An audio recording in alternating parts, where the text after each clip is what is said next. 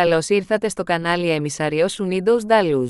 Αν σας αρέσει αυτή η ιστορία της παρολίγων εμπειρίας, σκεφτείτε να κάνετε ένα like και να εγγραφείτε στο κανάλι.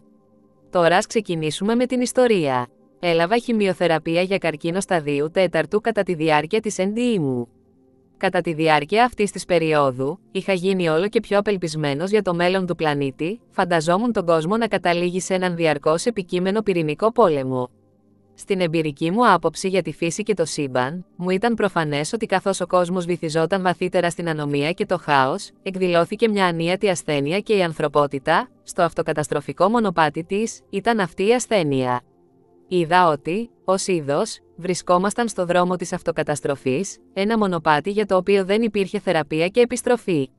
Αρκεί να πω ότι δεν πίστευα ότι το σύμπαν ενορχιστρώθηκε από μια ανώτερη δύναμη ή ότι, μέσα στο χάος, υπήρχαν νόμοι που δημιουργούσαν μια ανώτερη και πιο περίπλοκη τάξη, και πιστεύω ότι ήταν η απελπισία μου και η ζωφερή μου άποψη για τη ζωή που ήταν η πρόδρομη της θανατηφόρας ασθένειάς μου. Αν και δεν θεωρούσα τον εαυτό μου πνευματικό άτομο, αποφάσισα ότι η διαμάχη μου για την κατάσταση του κόσμου και τη ζωή μου ήταν με το Θεό. Πριν από την ασθένειά μου, δεν είχα ποτέ λόγο να εμβαθύνω στο θέμα της πνευματικότητας ή να αναπτύξω σχέση με τον Θεό, αλλά βλέποντας ότι μου έμειναν μόνο λίγοι μήνες ζωής, βάλθηκα να διαβάσω ό,τι μπορούσα για το θέμα της πνευματικότητας, του Θεού και της θρησκείας. Το διάβασμα για διάφορες θρησκείες και φιλοσοφίες μου πρόσφερε μια μικρή βοήθεια και τη διαβεβαίωση ότι όντως κάτι φωτεινό και όμορφο περίμενε την άφιξή μου στην άλλη πλευρά. Θυμάμαι ότι ξύπνησα ένα πρωί συνειδητοποιώντας ότι ήταν έτοιμος να πεθάνω. Όταν έκλεισα τα μάτια μου, θυμάμαι ότι ξύπνησα λίγο μετά σε κατάσταση υπεραίσθησης, κοιτάζοντας κάτω το σώμα μου καθώς βρισκόταν εκεί, κοιμισμένος γαλήνια. Θυμάμαι, σε αυτή την κατάσταση εξαιρετικής διάβγειας, να βιώνω ένα βελτιωμένο επίπεδο συνειδητοποίησης έτσι ώστε να μπορώ να βλέπω κάθε δωμάτιο του σπιτιού ταυτόχρονα. Θυμάμαι ότι τότε ήμουν τυλιγμένος στο απόλυτο σκοτάδι, αλλά μέσα στο απτή μαυρίλα αυτού του κενού, είχα επίγνωση του πιο λαμπερού φωτός που έλαμπε μπροστά μου. Το φως ήταν μια παρουσία τόσο απτή που μπορούσα να το αισθανθώ στην πιο αγνή και ισχυρή αγάπη, που με κατακλείζει και με φορτίζει μέχρι τον πυρήνα της ύπαρξης μου. Το φως ήταν τόσο σαγηνευτικό που σε έκανε να θέλεις να ενωθείς μαζί του για να περάσεις όλη την αιωνιότητα σε έκσταση συγχωνευμένη με αυτή την τέλεια αγάπη. Καθώς άρχισα να προχωρώ προς το φως, συνειδητοποίησα διαισθητικά ότι όταν συγχωνευόμουν με το φως, δεν θα μπορούσα να επιστρέψω στη ζωή μου στη γη και η ανησυχία μου για τη δέσμευσή μου σε κάτι τόσο τελικό έκανε την προέλασή μου να γίνει απότομη παύση. Τότε ήταν που άρχισα μια τηλεπαθητική συνομιλία με το φως, και καθώς το φως και εγώ επικοινωνούσαμε, είδα το φως να μεταμορφωνόταν στη μορφή που μου παρουσιάστηκε. Σε αυτή τη διαδικασία, παρακολούθησα καθώς το φως άλλαζε την εμφάνιση του από αυτή του Ιησού σε αυτή του Βούδα, από το Βούδα να εμφανίζεται ως Κρίσνα και από τον Κρίσνα σε άλλη μορφή και ούτω καθεξής.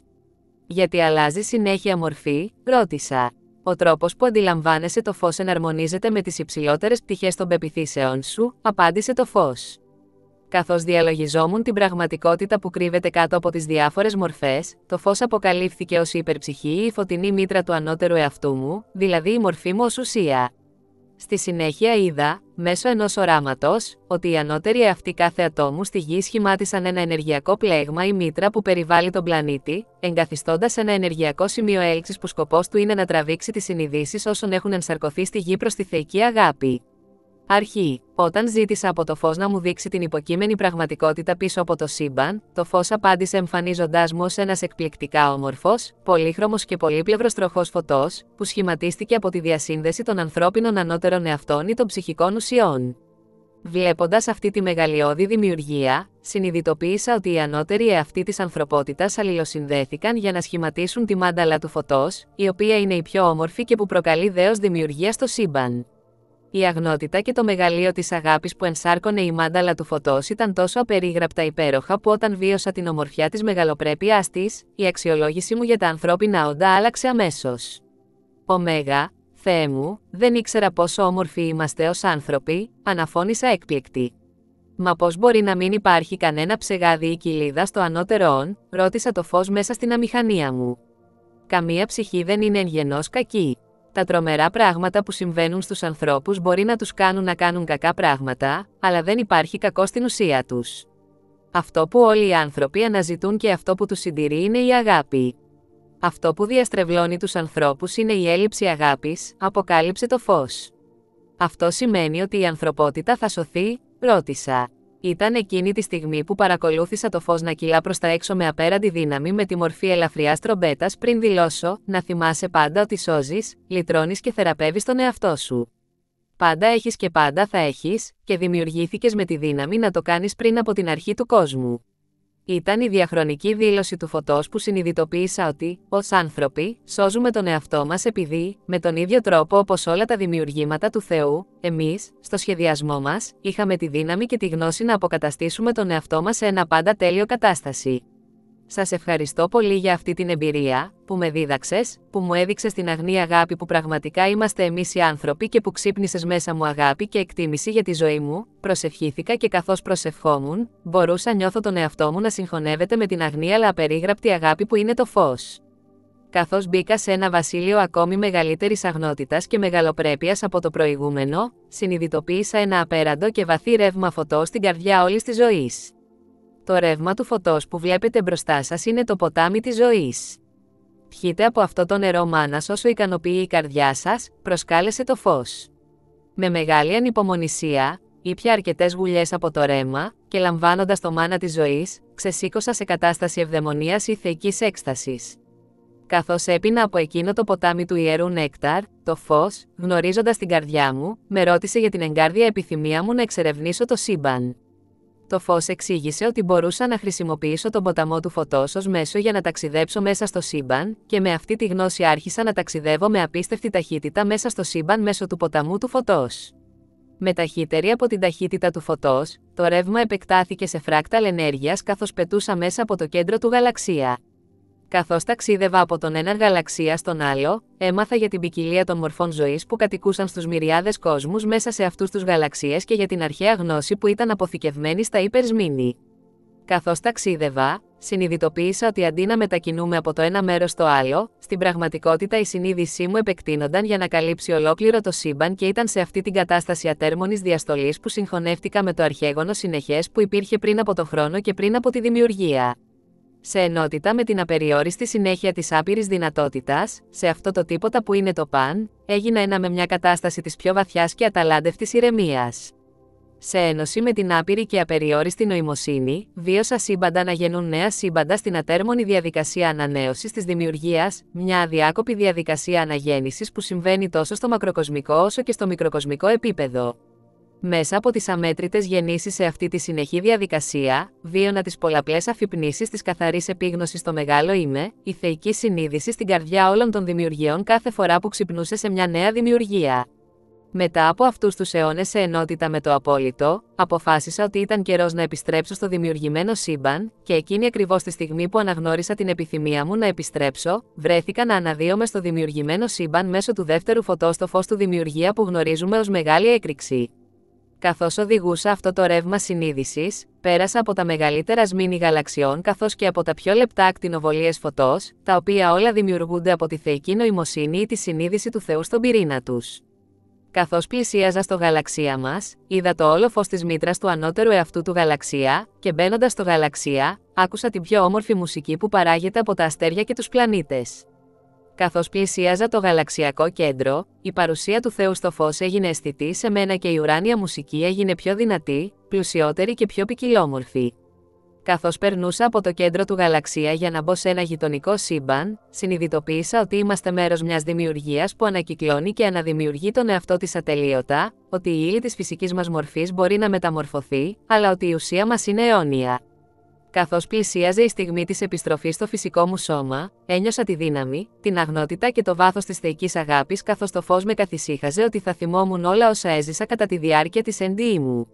Στη συνέχεια με πήγαν πίσω στο βασίλειο του φυσικού, και από εκεί, ξαναβίωσα την όλη διαδικασία του τι βιώνει ένα ανώτερο όν όταν ενσαρκώνεται στη γη. Περιμένοντας ότι θα ξεκινούσα ξανά τη ζωή μου ως βρέφος, εξεπλάγην όταν άνοιξα τα μάτια μου και συνειδητοποίησα ότι ήμουν πίσω στο ίδιο το σώμα που είχα απομείνει για να εξερευνήσω το σύμπαν. Κοιτάζοντας έξω από τα φυσικά μου μάτια για πρώτη φορά μετά από πολύ καιρό, με υποδέχτηκε το θέαμα του φροντιστή του ξενώνα μου να κλαίει πάνω μου. Είχε ήδη εγκαταλείψει την ελπίδα της αναβίωσής μου, καθώς είχε περάσει μια ώρα από τότε που με είχε βρει νεκρό. Ο κόσμος αμέσως μετά το NDE είχε μια ονειρική ποιότητα, ακόμη περισσότερο σε σύγκριση με την εξαιρετική διάβγεια που έζησα κατά τη διάρκεια της εξωσωματικής εμπειρίας. Μέσα σε 3 μέρες, ωστόσο, ένιωθα ξανά φυσιολογικά, και όμως, για πρώτη φορά στη ζωή μου, ήμουν ικανοποιημένος και χαρούμενος που σκέφτηκα τον εαυτό μου ως άνθρωπο. Βιώνοντας όλα όσα έκανα κατά τη διάρκεια του NDE μου με έκανε να συνειδητοποιήσω ότι το να δώσω την ευκαιρία να ζήσω τη ζωή ως άνθρωπος είναι μια ευλογία που βρίσκεται πέρα από την ικανότητά μας να κατανοήσουμε τη σημασία μιας τέτοιας ευλογίας. Επίσης, με έκανε να συνειδητοποιήσω ότι κάθε άνθρωπος, ως πηγή θεϊκής αγάπης και ως μέρος της διασυνδεδεμένης φωτεινής μήτρας, είναι ευλογία για τους ανθρώπους του πλανήτη, καθώς η εγγενής θεότητα του καθενός συμβάλλει στην ανύψωση και την ανάταση των άλλων. Η εμπειρία μου με το Θείο με έκανε να συνειδητοποιήσω ότι, ως μέρος του φράκταλ ανώτερης ύπαρξης, είμαστε πραγματικά αδελφές ψυχές ο ένας του άλλου. Ενώ οι άνθρωποι με απογοήτευαν πριν από το NDE, τώρα βλέπω κάθε άνθρωπο ως θεϊκό μου αντίστοιχο, αλλά συνειδητοποιώ επίσης ότι η μεγαλύτερη αδελφή ψυχή που θα έχω ποτέ είναι ο εαυτός μου, όπως συνειδητοποιώ ότι ο Θεός είναι μέσα μου και όχι εξωτερικός προς εμένα. Ως απεικόνιση της αλήθειας του ισχυρισμού μου, θα διηγήθηκα στον ακροατή μια ιστορία για τη στιγμή που, μετά το πένθος για το θάνατο ενός αγαπημένου μου προσώπου, κατέβηκα σε μια κόλαση που έφτιαξα μόνος μου. Αυτή η κόλαση, ή ο τόπος της αυτοεπιβολής ταλαιπωρίας, ήταν ένα μέρος που προήλθε από την άγνοια μου για τη ζωή και, πιο συγκεκριμένα, για το θέμα του θανάτου. Όταν φαινόταν ότι θα βίωνα μια αιωνιότητα δυστυχία σε εκείνο το καταραμένο μέρος, άρχισα να καλώ το φως για βοήθεια.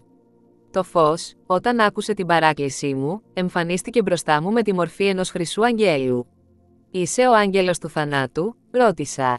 «Είμαι η υπερψυχή σου, η μήτρα του ανώτερου εαυτού σου, ένα πολύ αρχαίο κομμάτι σου», απάντησε το φως.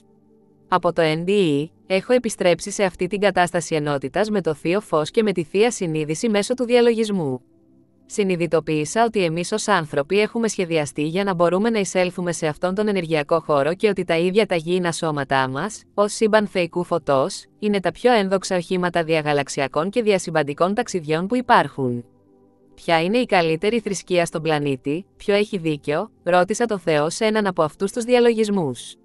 «Δεν έχω καμία προτίμηση», απάντησε ο Θεός. «Κάθε θρησκεία είναι μια όψη του συνόλου και κάθε θρησκεία εξελίσσεται σε πιο φωτισμένες εκδοχές του εαυτού της με την πάροδο του χρόνου. Έχω συνειδητοποιήσει ότι η αγάπη είναι πιο σημαντική από οποιαδήποτε θρησκεία ή φιλοσοφία στη γη, και πιστεύω ότι θα καταλάβουμε το μυστήριο της ζωής όταν κατανοήσουμε τη θεότητα και το βάθος της αγάπης στον πυρήνα της ύπαρξης.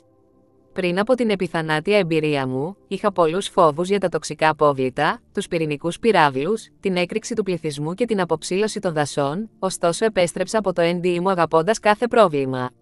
Η μάνταλα του φωτός που σχηματίζεται από την ανθρώπινη συλλογικότητα υπάρχει παρά τα προβλήματα που υπάρχουν στον κόσμο, και επειδή υπάρχουν αυτά τα δυνητικά καταστροφικά προβλήματα συνενωνόμαστε ως ένα. Επέστρεψα από το NDE μου αγαπώντας τα τοξικά απόβλητα γιατί είναι η απειλή της επικείμενης καταστροφής που έχει φέρει κοντά τον κόσμο σε μια εμπειρία αδελφικής αγάπης. Ακόμη και αυτό που βλέπουμε ως πληθυσμιακή κρίση είναι στην πραγματικότητα ότι ο πληθυσμός φτάνει σε μια κρίσιμη μάζα για να θέσει σε κίνηση την κβαντική άνοδο της συλλογικής συνείδησης. Ως πολυδιάστατα όντα, είμαστε ειδικοί ονειροπόλοι. Ενώ ολόκληρος ο κόσμος αναζητούσε το νόημα της ζωής, ήταν ο μικρός ονειροπόλος που βρήκε την καλύτερη απάντηση όταν είπε: «Το ονειρευόμασταν».